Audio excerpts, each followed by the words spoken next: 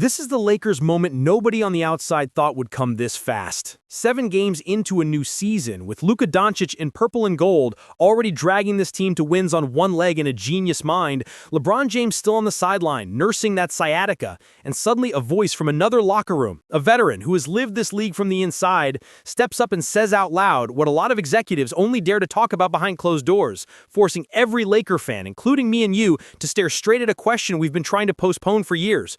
Are we really prepared to think about a future in Los Angeles that does not revolve around LeBron James as the center of everything? Welcome to Lakers News Fan Report. I'm here with you, like always, one-on-one, cutting through the noise and giving you real context, verified information, and honest analysis about everything that touches our franchise. And today we need to take this conversation seriously, calmly, and with respect, because it's not a troll tweet, it's not some burner account, it's an NBA champion's son, an 11-year veteran guard, sitting with a microphone and saying that if the Lakers want to build the next great era, they should consider moving on from LeBron and fully committing to Doncic as the face, the system, and the long-term identity of this team. And when someone with that resume pushes a take like that, it echoes inside front offices whether we like it or not. Before I tell you exactly who said it, what he argued, and why it matters more than a hot take segment, let me set the scene for you, because context is everything. Right now, the Lakers sit at 5-2. Luka has already reminded the league that when he's healthy and surrounded by competent spacing and structure, he is a walking offense, controlling pace, tempo, and mood of every possession, turning basic pick and rolls into high-efficiency decisions, and making role players look like they've been playing next to him for 5 years. At the same time, LeBron is heading toward 40, dealing with a nerve issue that is tricky, not catastrophic, but unpredictable, which demands minute management and long-term thinking. And his contract, roughly the $101 million range in this window, is not just a number, it is a statement of how much organizational oxygen you are willing to keep tied to a living legend when you also have a 26-year-old generational engine entering his absolute prime. I know what you are feeling listening to this. This channel has always defended LeBron's importance, on and off the court. The 2020 title in the bubble, the credibility he brought back after those dark years, the way every free agent and every camera treated the Lakers differently with him in the building, and I am not here to disrespect that.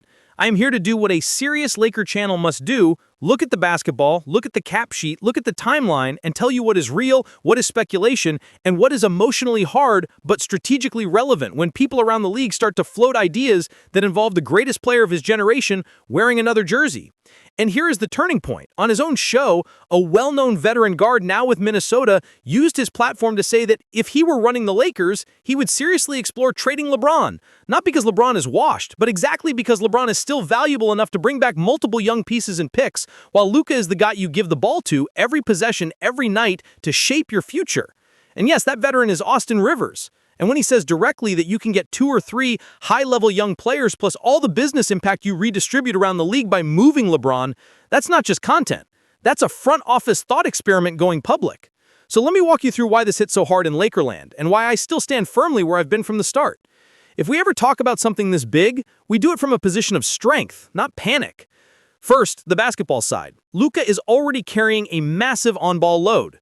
That's what he does best. Reading weak side tags, punishing switches, slowing games down to his metronome, then suddenly attacking mismatches, and building a system around him means surrounding him with length, shooting, secondary playmaking, and defenders who can survive on an island. That blueprint is sustainable for a decade if managed correctly.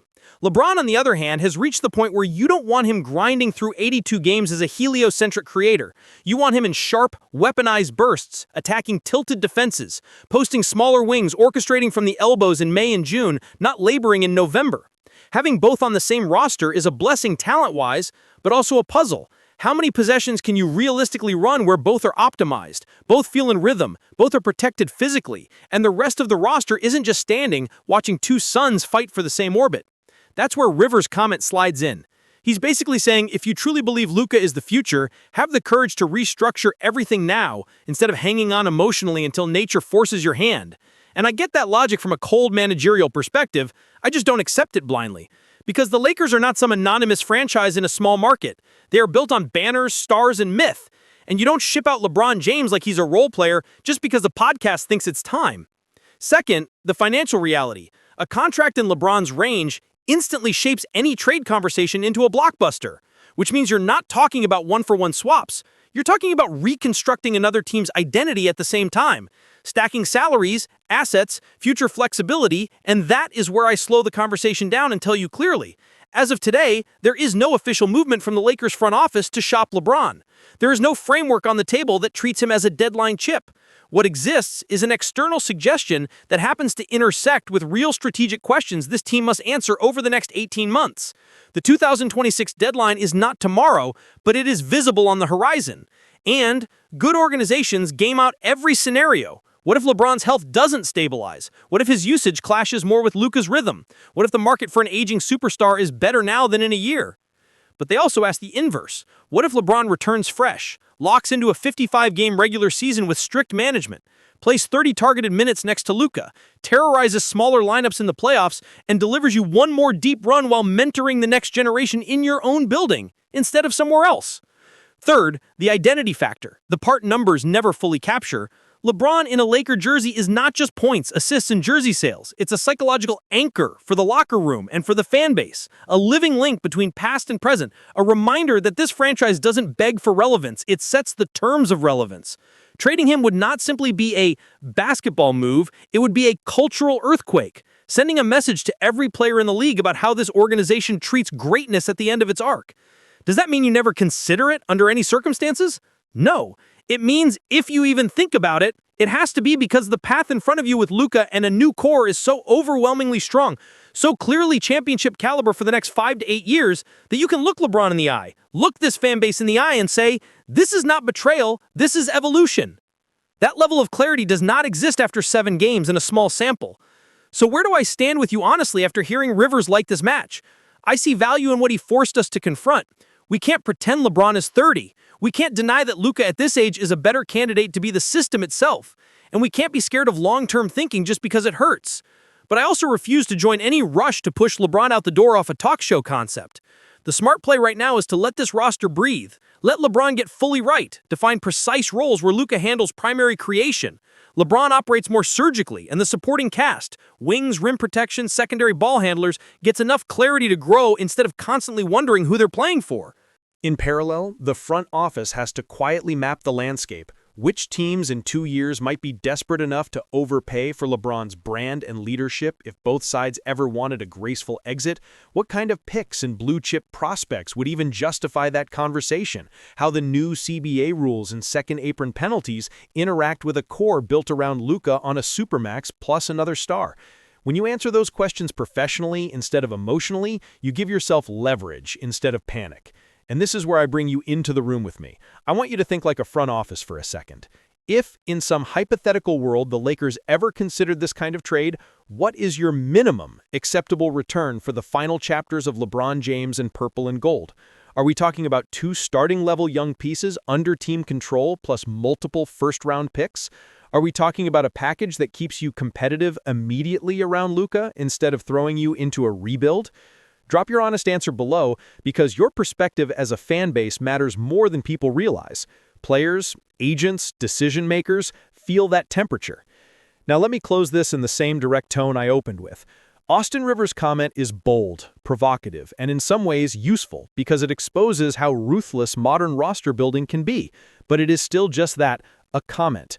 The Lakers today are not a franchise in free fall, desperately searching for a lifeline. They are a team that made one of the biggest swings in league history to bring in Luka Doncic, that still has LeBron James under contract, that sits in a major market with global pull, and that has time and tools to sculpt a contender without sacrificing respect for the man who already hung a banner here. If the day ever comes when both parties decide a different path is best, this organization owes LeBron a transparent, dignified process, not a reaction to a podcast segment. And until there is concrete reporting, official talks, or seismic changes on the floor, I remain optimistic that the smartest version of this story is not drama, but balance. Leverage Luka's prime, protect LeBron's body, optimize the roster around them, and treat external noise exactly as that. Noise. Tell me in the comments if you believe there is any scenario where trading LeBron before 2026 actually makes basketball sense for the Lakers, or if you think this idea dies the second he steps back on the floor next to Luka and reminds the league why this duo terrified everybody the moment it became a reality.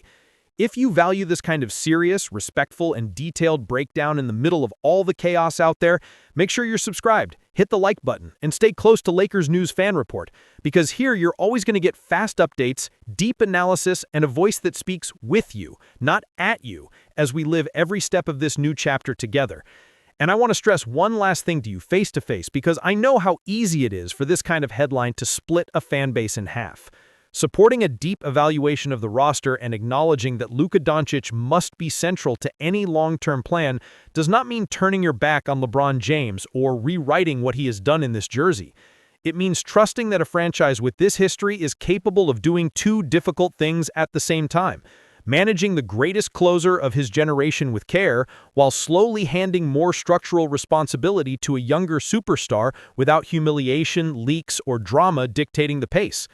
Rivers put his opinion on the table, and that's fair. He's lived locker rooms. He understands how windows open and close, but he is not in the Lakers building making these calls. Rob Pelinka, the front office, the medical staff, the ownership group are working with information we don't see every day.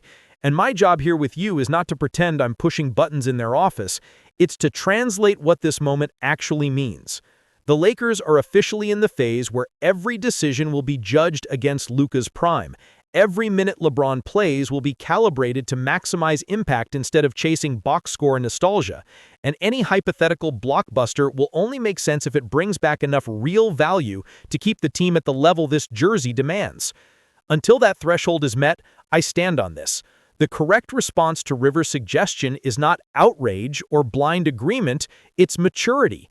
It's watching how LeBron looks when he returns, how Luka continues to command this offense, how the supporting cast responds to defined roles, and how the standings move as we walk toward each checkpoint of this project.